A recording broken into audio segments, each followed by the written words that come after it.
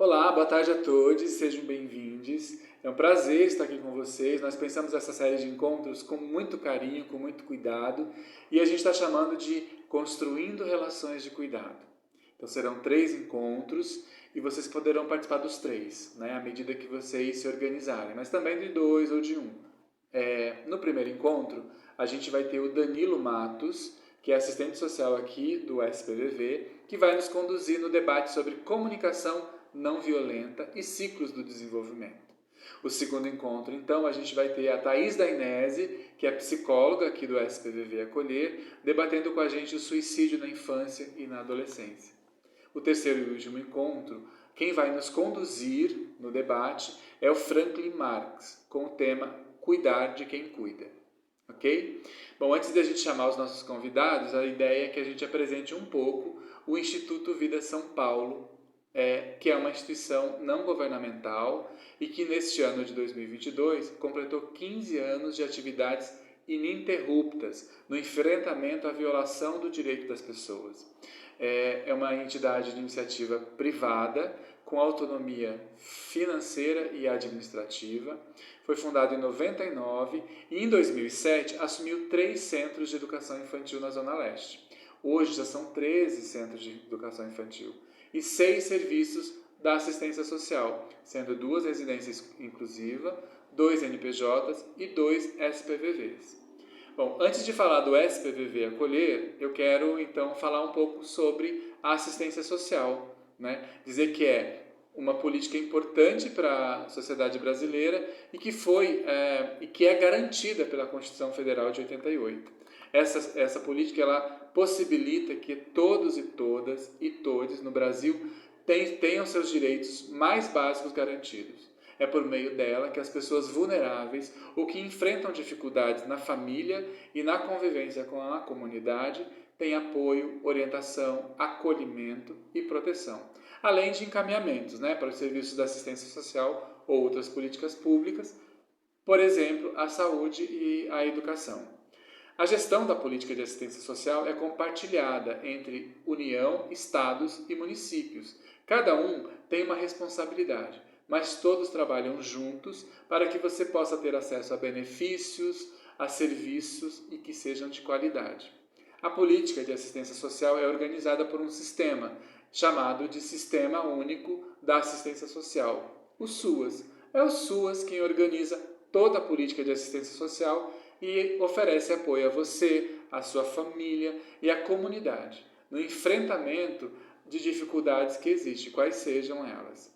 É o SUAS que reúne os serviços, os benefícios, os programas e projetos que garantem o direito das pessoas à proteção social e à cidadania, por meio de fortalecimento dos vínculos familiares e comunitários, do apoio à inclusão social, do enfrentamento da pobreza e da redução de situações como violência intrafamiliar, trabalho infantil e ato infracional. Também é o SUAS que oferece acolhimento, mais conhecido como abrigo para as pessoas em situação de abandono, sem família e que tenham que viver por algum período afastadas da família por decisão da justiça. O SUAS está presente em todo o território brasileiro e com uma extensa rede de unidades públicas que realizam atendimentos individuais e coletivos para crianças, jovens, mulheres, idosos, pessoas com deficiências e outros públicos. Todos os serviços oferecidos pela rede do SUAS são gratuitos. O atendimento nessas unidades é feito por profissionais como assistentes sociais e psicólogos, que procuram compreender a situação de cada pessoa e da sua família. Também atuam para melhorar as condições de vida, de relacionamento e de inclusão social das pessoas. Você já deve ter ouvido falar do CRAS, não tem? Do CREAS. Então, essas são as unidades públicas que fazem parte do SUAS, mas também há uma rede privada composta por entidades que oferecem alguns serviços da assistência social e são muito importantes para a consolidação da rede do SUAS. O Instituto Vida São Paulo é uma dessas instituições e ele compreende a sua missão na área da assistência social e, como eu dito anteriormente, além dos inúmeros outros serviços, é o responsável por executar o serviço de proteção às crianças e adolescentes vítimas de violência, o SPVV, tanto o da Penha quanto o da Freguesia do UOL. Esse serviço é referenciado ao Centro de Referência Especializado de Assistência Social. O SPVV Freguesia do Ó, carinhosamente batizado como SPVV Acolher, está há quase 4 anos atuando nos territórios da Freguesia do Ó, Brasilândia, Pirituba, Jaraguá, Anhanguera e Parque São Domingos. E agora, a partir de 2022, com a chegada de mais um SPVV na região, assume como território de atuação a Freguesia do Ó e a Brasilândia.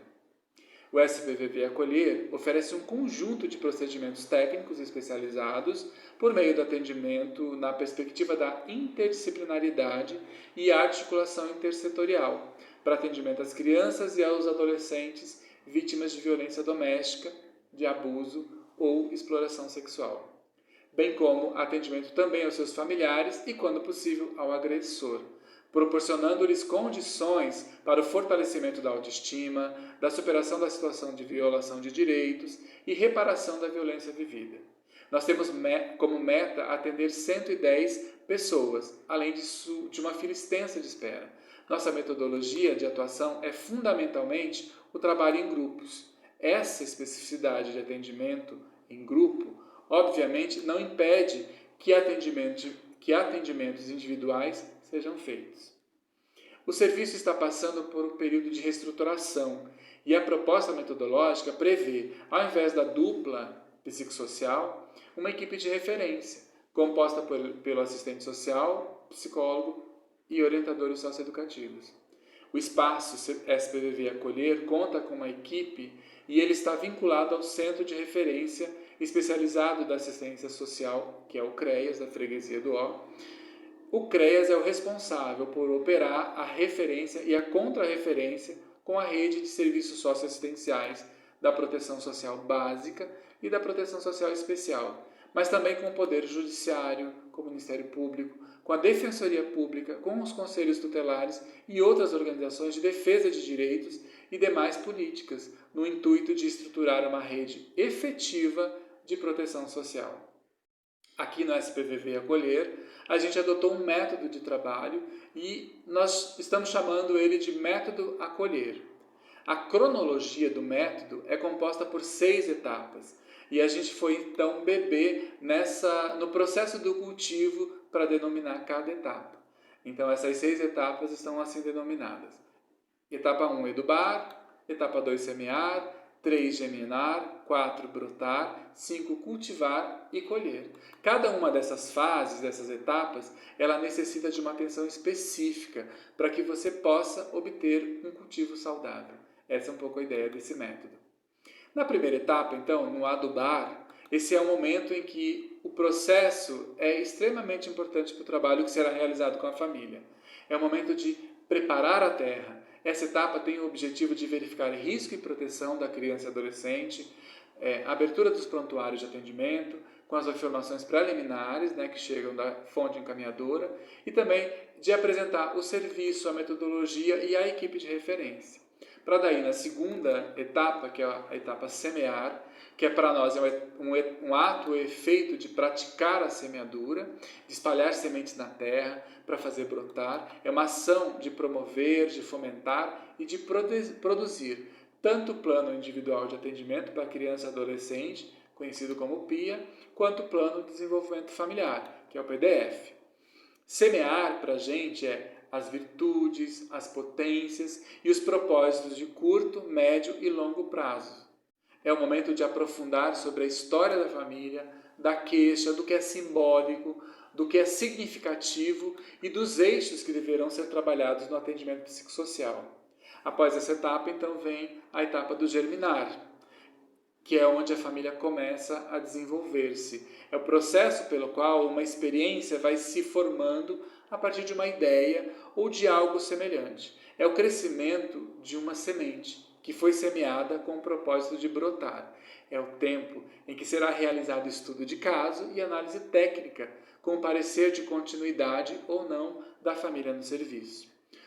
O tempo de germinar é muito próximo ao tempo de brotar. É no brotar, na etapa do brotar, que a gente tem como a família lançar-se de si mesma, é desabrochar, é da gíria. Aparece, chega aí, rebentar, nascer. É o momento em que a equipe de referência fará a devolutiva para a família, informando se a família é perfil para continuar no atendimento ou não.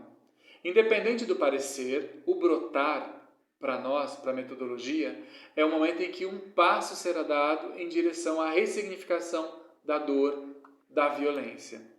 Então, a partir desse novo momento da família, tanto interno quanto externo ao serviço, vem então a etapa internamente do cultivar. Essa é uma etapa que diz respeito sobre o processo de tratar a terra, de amanhar, de dedicar-se ao cultivo do resultado do brotamento. É o tempo de estrumar, de regar, é o tempo de apimentar a experiência, é o tempo em que também realizaremos intervenções em grupo, de família, é o tempo em que realizaremos o monitoramento da experiência da família em busca de sentido e ressignificação da violência. É uma etapa para nós muito importante, porque é uma etapa em que a equipe de referência também intervém naquela situação de violação de direito. Enfim, para seguir para a última etapa, que é o colher. É na colheita que o alimento é retirado do campo, em tempo hábil, com perda mínima, quantitativa e também com qualidade absoluta. Para nós, a metodologia é isso. E para o sucesso dessa colheita, na metodologia, devem ser considerados alguns fatores. Fatores de risco e proteção, autonomia e protagonismo da família, rede de apoio familiar e comunitária, enfim, todos os fatores que influenciam diretamente ou indiretamente no processo de ressignificação da violência. E agora sim, eu quero convidar vocês para nosso bate-papo com Danilo Matos e chamar ele para a roda. O Danilo é bacharel em serviço social, especialista em neuropsicopedagogia, clínica e institucional, e também pós-graduando em atendimento psicossocial a vítimas de violência. Atuou na área de serviços de acolhimento institucional para crianças e adolescentes e também em centro temporário de acolhimento para adultos. Atua hoje na proteção, enfrentamento e ressignificação da violência contra criança e adolescente. Vem para cá, Danilo, é com você, e o tema hoje é a comunicação não violenta e os ciclos do desenvolvimento. Sou Danilo, assistente social, neuropsicopedagogo, pesquisador da temática da violência e atuo como profissional de serviço social. Sou uma pessoa que se declara parda, residiu a maior parte da vida e ainda estou em território periférico. Estou sentado em uma cadeira preta, uma poltrona preta, ao fundo uma parede branca com desenhos coloridos e o nome Instituto Vida. Bom, partimos do seguinte ponto. Eu pude viver algumas experiências que me proporcionaram um entendimento sobre esse tema. Por esse motivo, eu tenho a oportunidade de sugerir algumas reflexões. Nesse webinário, o nosso desejo é oportunizar a quem assiste de refletir de forma que possa transformar a sua própria realidade e das pessoas que se relaciona, assim como dos ambientes que frequenta, principalmente em ações de combate à violência. Temos intenção também de compartilhar saberes, aprendendo uns com os outros, com as crianças, adolescentes, adultos, de forma tanto individual como familiar. Entendemos que ao longo do dia a dia podem surgir situações que dificultam a nossa participação em compromissos agendados. Então a gente não está aqui como figura que impõe ou exige respostas imediatas sobre o que é apresentado, e sim como um serviço que reconhece o quanto é valiosa a sua participação de parar e prestar atenção no que a gente tem para dizer. Vamos falar de alguns pontos importantes dos ciclos do desenvolvimento, pensando também em uma proposta pela ótica da comunicação não violenta. Sinto-me tão condenada por suas palavras, tão julgada e dispensada. Antes de ir, preciso saber. Foi isso mesmo que você quis dizer? Antes que eu me levante em minha defesa, antes que eu fale com mágoa ou medo, antes que eu erga aquela muralha de palavras, responda, eu realmente ouvi isso? Palavras são janelas ou são paredes. Elas nos condenam ou nos libertam. Quando eu falar e quando eu ouvir, que a luz do amor brilhe através de mim. Há coisas que preciso dizer, coisas que significam muito para mim. Se minhas palavras não forem claras, você me ajudará a me libertar? Se pareci menosprezar você, se você sentiu que eu não me importei, tente escutar por entre minhas palavras os sentimentos que compartilhamos. Convido a todos a deixar comentários e realizar perguntas caso se sintam confortáveis. Podemos deixar nos comentários as informações sobre os materiais de estudo acadêmicos que foram utilizados para essa apresentação, caso vocês desejem. Nos tornemos a mudança que desejamos ver acontecer no mundo.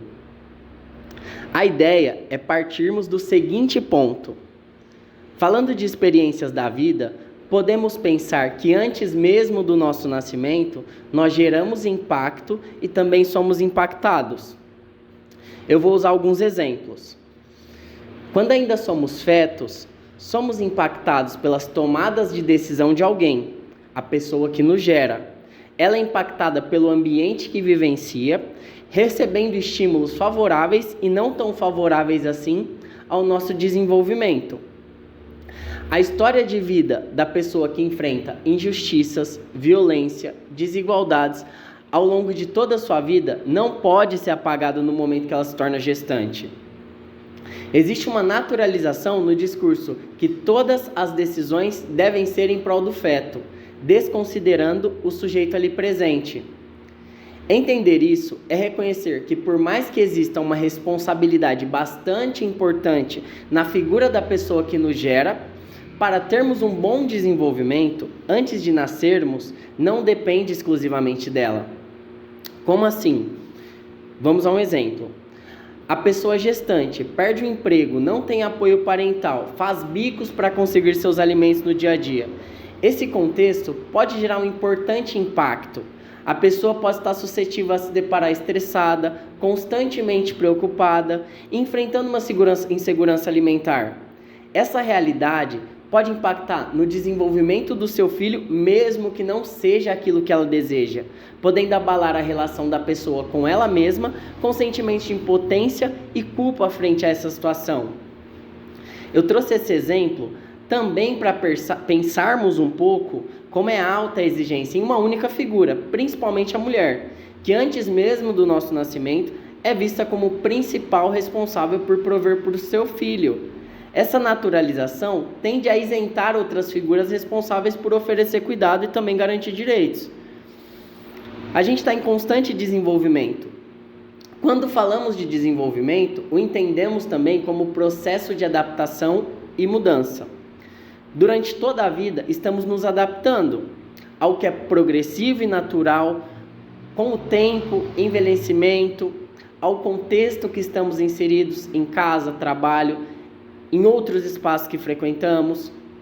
Nos adaptamos aos processos na forma que a gente vai se relacionando com a gente mesmo, com o outro e com os ambientes que a gente frequenta.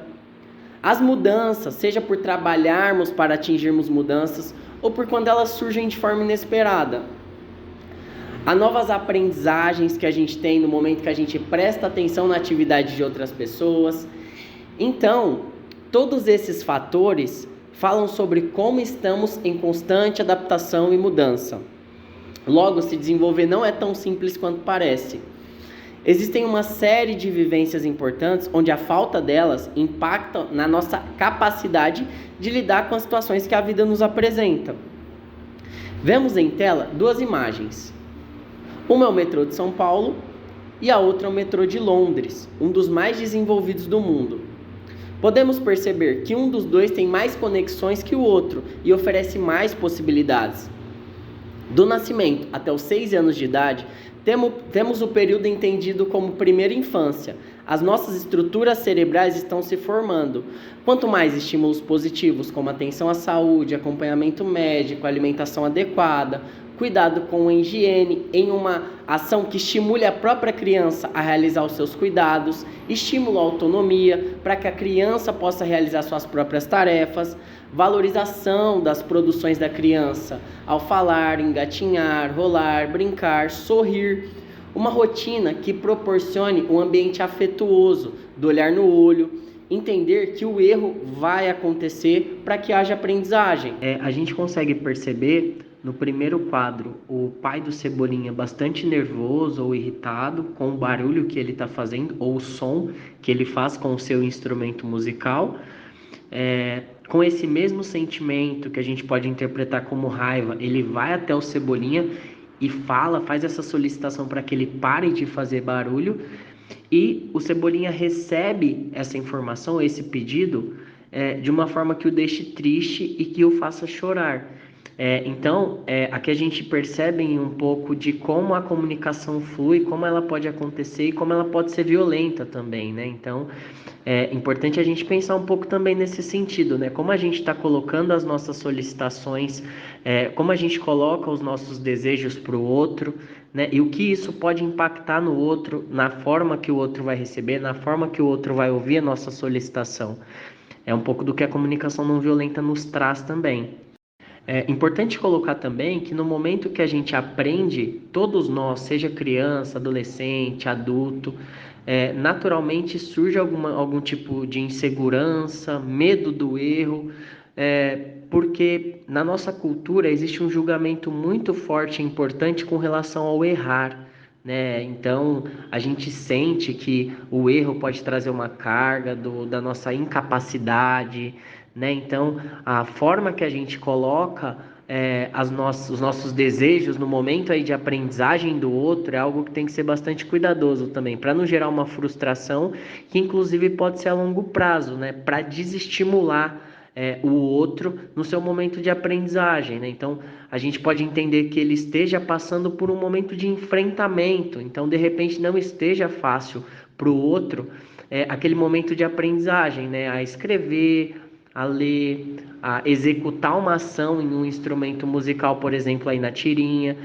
Isso pode gerar uma frustração importante a longo prazo para que a pessoa deixe de ter esse desejo de prática e não dê continuidade, né? Então a gente impede o desenvolvimento ou o crescimento do outro a partir das nossas falas também, né? Isso é bastante grave, então é importante a gente também estar atento a esse e ter esse olhar, né? É mais uma questão importante que a gente pode pensar com relação a essa tirinha do Cebolinha e seu pai. A gente apresenta agora uma tirinha do Calvin, onde a gente vai dar um tempo para que cada um possa olhar, possa ler e entender de que forma faz sentido ou não para você. É importante colocar que cada um vai atribuir um significado diferente, né? Cada um vai entender algo com relação àquilo que vê. Alguns vão ver semelhanças, outros não, mas é bastante natural com relação a esse processo de entendimento. Então vamos dar esse período aí para que todos possam olhar a tirinha, tá bem? Então uma das interpretações que a gente pode ter sobre a tirinha é o sentimento do Kelvin, né, de tristeza, após ter sofrido uma violência física, que também pode ser entendida como psicológica, né, por ser chamado de fracote e por ter sido empurrado. Então a gente pode perceber esse sentimento de tristeza e também o não entendimento dele sobre como pessoas ou adultos podem sentir saudade da infância quando ele está vivendo um momento ali de tristeza, né, em um sentimento que aparece para ele como algo ruim. Então ele também fica com isso na memória e se pergunta, né, como as pessoas podem ter saudade da infância, e se essas pessoas que têm saudade, ele acredita que provavelmente não tenham sido crianças e não tenham passado pela dor que ele está passando naquele momento e por essa situação de sofrimento. Então essa é uma das interpretações também que a gente consegue fazer com relação a essa tirinha, como a gente mencionou. Existem várias interpretações, né? Todas são importantes e a gente consegue trazer um pouco de uma dessas percepções. A gente entende que no acolhimento estão as melhores possibilidades para um desenvolvimento saudável no que está relacionado à aprendizagem. Estudos nos trazem que esse período de 0 a 6 anos, no desenvolvimento, a gente aprende as principais aptidões ou aptidões que precisaremos para outros ciclos da vida, como a adolescência, a vida adulta, a velhice, se planejar, se organizar, fazer autocuidado, construir relações saudáveis, a construção da nossa autoestima. Acreditamos que essas são capacidades favoráveis para que a gente possa atingir os nossos objetivos individuais. Importante ser colocado, cada pessoa tem um objetivo diferente na sua vida. Importante a gente pensar também no seguinte ponto, mesmo que brevemente. Por que uma pessoa é considerada inteligente? Geralmente, ela é considerada inteligente por responder alguma pergunta dentro do que quem questiona julga como certo ou errado. A gente entende a inteligência de uma forma um pouco mais ampla, que fala também sobre como a gente atinge nossos próprios interesses. Importante termos o cuidado, pois todos possuem saberes e inteligência para a realização de diferentes tarefas. Nessa tirinha, a gente encontra o Armandinho, em diálogo com um amigo, ambos sendo observados por um sapinho. Armandinho diz o seguinte ao amigo: "Você precisa respeitar a minha opinião", é o que ele grita, todo indignado, sempre que houve opinião diferente da dele. Uma das reflexões que a gente pode fazer com relação à tirinha do Armandinho é como a gente observa, recebe informações que os outros nos trazem, diferente do que a gente considera, né, diferente da nossa opinião, e como a gente reage a essas informações. Lembrando, essa é uma das interpretações que a gente consegue fazer, tem diversas outras que a gente consegue pensar, estimula, inclusive, a cada um pensar a sua maneira e trazer como percebe essas informações. Ainda um pouco do que a gente traz lá no início, a gente não fala do campo do certo ou errado. A gente aqui não está apontando julgamento. A gente propõe algumas reflexões no campo da garantia de direitos à criança e ao adolescente e ao seu desenvolvimento. Então, por exemplo, a gente respeita as formas que as famílias se relacionam, né? E as características individuais de cada um, né? A singularidade que a gente chama, né? O que é único a cada um. E aí o que a gente propõe enquanto garantia é o direito da criança, o direito do adolescente de ser criança, de ser adolescente, respeitando a sua condição de criança, sua condição de adolescente, respeitando os seus limites, né, os limites que a criança e o adolescente traz, assim como os seus interesses, os seus desejos e a sua participação, a sua oportunidade de ser protagonista. Voltando, se a criança for negligenciada, muitas ligações entre os neurônios deixam de acontecer, o que pode afetar no seu potencial de aprender e de se desenvolver. Acessar os direitos através da rede de serviços públicos, ONGs, comunidade, família, pode ajudar a garantir vivências em programas de cuidado e educação de boa qualidade às crianças, principalmente aquelas em situação de maior vulnerabilidade. O ECA, o Estatuto da Criança e do Adolescente, nos traz o seguinte: é dever da família, da comunidade, da sociedade em geral e do poder público assegurar com absoluta prioridade a efetivação dos direitos referentes à vida, saúde, alimentação, educação, esporte, lazer, profissionalização, cultura, dignidade, respeito, liberdade, convivência familiar e comunitária. Essas são áreas que podem assegurar o desenvolvimento físico e psíquico da criança e do adolescente de forma saudável. A questão é que é um dever de todos. Para que possamos ter hábitos saudáveis, outras áreas da nossa vida são tão importantes quanto termos a iniciativa de buscarmos os nossos direitos. Bom, falando um pouco da adolescência, o importante ponto a ser colocado é o quanto a adolescência é naturalizada como fase demarcada por crises, impulsividade e rebeldia. Essa visão tende inclusive a patologizar, onde se passa a rotular as atitudes como sintomas e entendendo como doenças. A temática da prevenção ao suicídio, atenção aos sinais de alerta e a importância do cuidado com o cuidador serão abordadas nos próximos encontros por outros profissionais. Deixo o convite. Vamos falar da adolescência nesse momento por uma outra ideia, já com a intenção de romper com esse pensamento que somente entende a adolescência como um período turbulento. Nós reconhecemos esse ciclo como positivo a relações sustentáveis com adultos, ou seja, importante para a construção de vínculos, potencialização de habilidades já reconhecidas nas infâncias e descobrimento também de novas habilidades. A adolescência também é um importante período para desenvolver capacidades protetivas, uma compreensão do próprio adolescente do que pode gerar risco ou prejudicar o seu desenvolvimento. Nessa fase, existe uma potência muito grande. Então, os adolescentes vivenciam mudanças corporais, na voz, as preocupações deixam de ser infantis e passam a ter maior significado, maior cobrança de si mesmo por resultados, que são exigidos em casa, na escola, visão de empregabilidade, se deparam com reflexões de responsabilidade com relação ao impacto que tem na vida do outro. Então, permitir que o adolescente viva o protagonismo e coordene o próprio projeto de vida é extremamente enriquecedor para que ele possa ter vivências que o potencializem ainda mais. Um aspecto importante agora falando de vida adulta e velhice é que podemos encontrar algumas estratégias que, além de fazer bem à saúde, previnem e possibilitam que a gente continue se desenvolvendo, mesmo sendo maiores de idade. A sugestão é de se permitir aprender coisas novas.